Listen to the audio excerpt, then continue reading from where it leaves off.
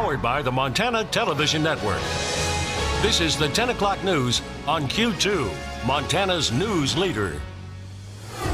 Well, good evening and thanks for joining us tonight. I'm Russ Riesinger. Janelle's off.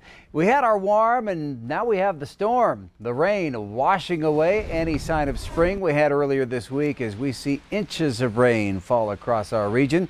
Chief forecaster Bob McGuire joining us now. And Bob, it's not just rain we're talking about. No, we're going to be talking about some snow. Oh, yeah. Can you believe it? We're talking snow. But let me show you what's happening right now on the Doppler radar. Take a look at this. As you can see, we do see a lot of snow mixing with the rain up along the high line, but some of that stuff that's up there by Glasgow is going to eventually start working its way back towards our way again. In the meantime, we're not doing too bad in the Billings area. We kind of dry at the moment, but we are expecting some more precipitation moving in here later on. So here's what you see. Probably later tonight by sometime about maybe midnight or so, the light scattered rain showers start moving in. Over there by Winnet, look at the snow showers there. Watch what happens. By tomorrow morning, about 8 o'clock, it all turns to snow. It starts from basically into the Dakotas, pushes all the way westward into the Billings area. We could see rain mixing with snow, and in some cases in the Billings area, it could actually even be sticking to the street. So we'll see what happens. Then after that, the whole thing just starts to fade away. So we'll be talking more about snow and also some cooler temperatures and wet weather for the rest of next week in a few more minutes. Russ? All right, thank you, Bob. Montana Governor Steve Bullock on the presidential campaign trail in Iowa for a second day. He's moving fast, messaging, meeting, and greeting Iowa residents one community at a time. MTN's Mike Dennison is in Dubuque, and tonight brings us the initial reactions. For Governor Bullock, this is where the presidential campaign begins, on the highways and byways of eastern Iowa, where he spent Friday talking to voters in coffee shops, restaurants, and community halls. We followed the governor's route and heard what he had to say to voters and heard what voters had to say about him. Bullock's first stop was in the farming community of Newton, about 35 miles east of Des Moines, where he told local Democrats that to reclaim the White House, the party must sometimes take the road less traveled. Whether it's Montana or Iowa, whether it's Michigan or Wisconsin, if we're writing off places just because either they didn't vote for us last time or they're not part of our party's base, we're never going to be able to bridge the divides to actually get things done. Iowa, of course, is the site of the nation's first presidential nominating caucus next February, where candidates need to show well or risk becoming irrelevant. Newton residents Judy Stevens and Lisa Cunningham were among those who came to Uncle Nancy's coffee shop to listen to the latest presidential candidate to come to town. We were checking him out, and I was pleasantly surprised. His knowledge in the agricultural area.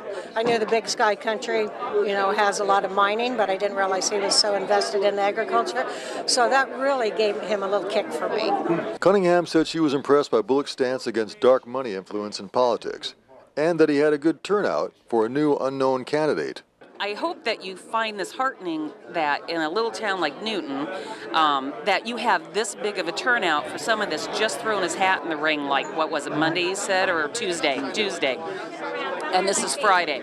Bullock also visited the Meskwaki Indian settlement near Tama, Iowa, where he met a sometimes skeptical crowd. Danielle Wanatee, who chairs the Native American caucus in the local congressional district, said Bullock was the first presidential candidate to reach out to the tribal community, but that she wanted more. He seems a little too vague. I'd like to have him pinpoint his stance on a lot more issues, but I think that's what he's coming here to test the heartbeat of the nation, because that's what Iowa is, the heart of this nation. Accompanying Bullock Friday was longtime Iowa Attorney General Tom Miller, who has endorsed Bullock as the Democrat to back for president. Miller said the person-to-person politics of Iowa gives someone like Bullock a chance to break out of the 23-person Democratic pack. What tops it off is his ability to connect with people. I think he connects with people better than anybody I've seen out here in Iowa except for Brock and Bill Clinton. And we need someone who can connect with people, rural people, working class people, liberals, Democrats, Republicans. And I think he can do that. Governor Bullock certainly connected with more than a few voters in Iowa Friday, but for now he's just one of those 23 Democratic presidential candidates trying to succeed in this crucial nominating state. In Dubuque, Iowa, Mike Dennison, MTN News. All right, thank you, Mike. And Mike's coverage from Iowa will continue tomorrow. Survivors of abuse by a longtime former high school athletic trainer accuse the Miles City Unified School District of doing nothing to stop it. James Jensen has admitted to abusing dozens of former male athletes over the years. As MTN's Andrea Lutz reports, today a summary judgment hearing in Miles City pushed that civil case one step closer to trial.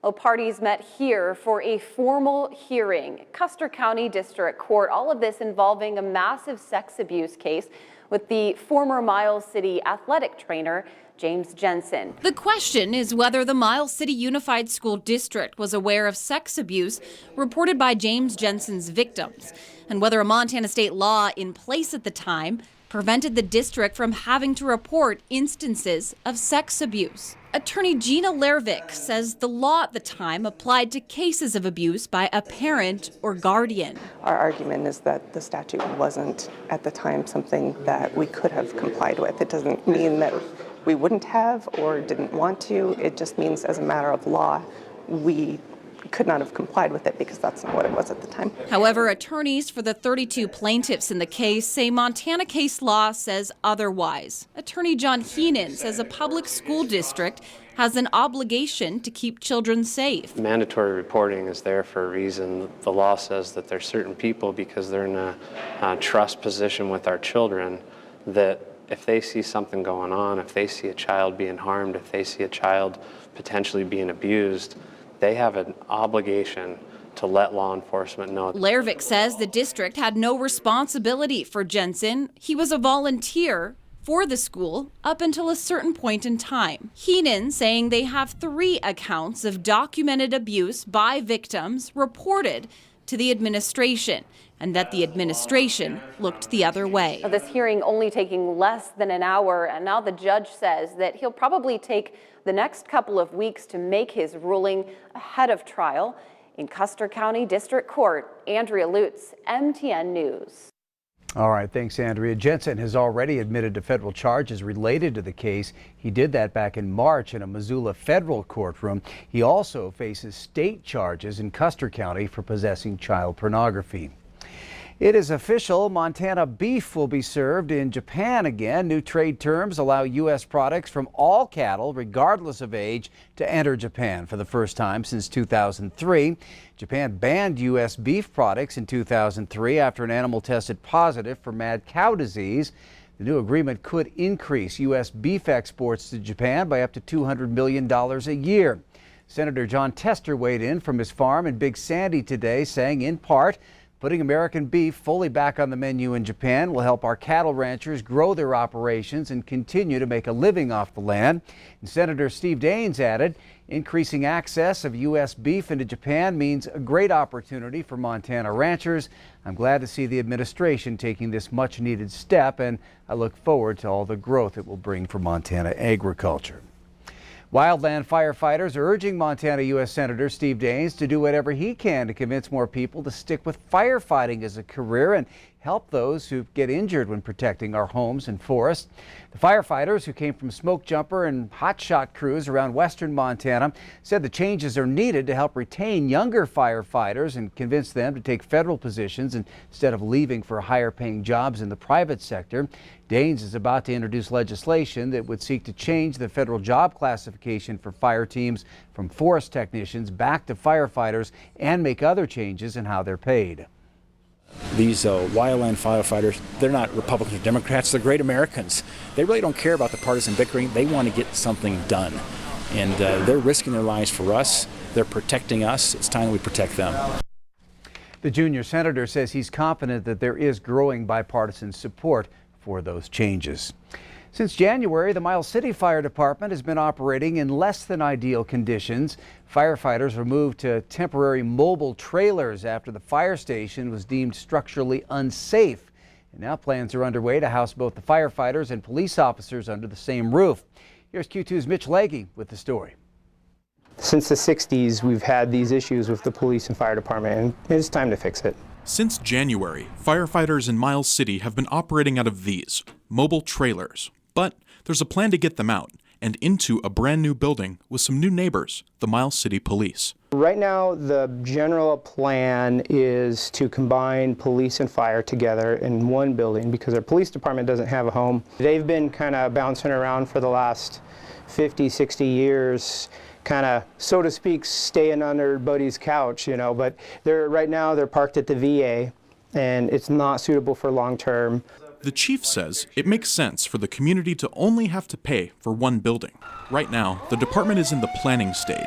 Preliminary architectural plans are being drawn up to explore all building options, but the chief says the department would like to stay right where it is.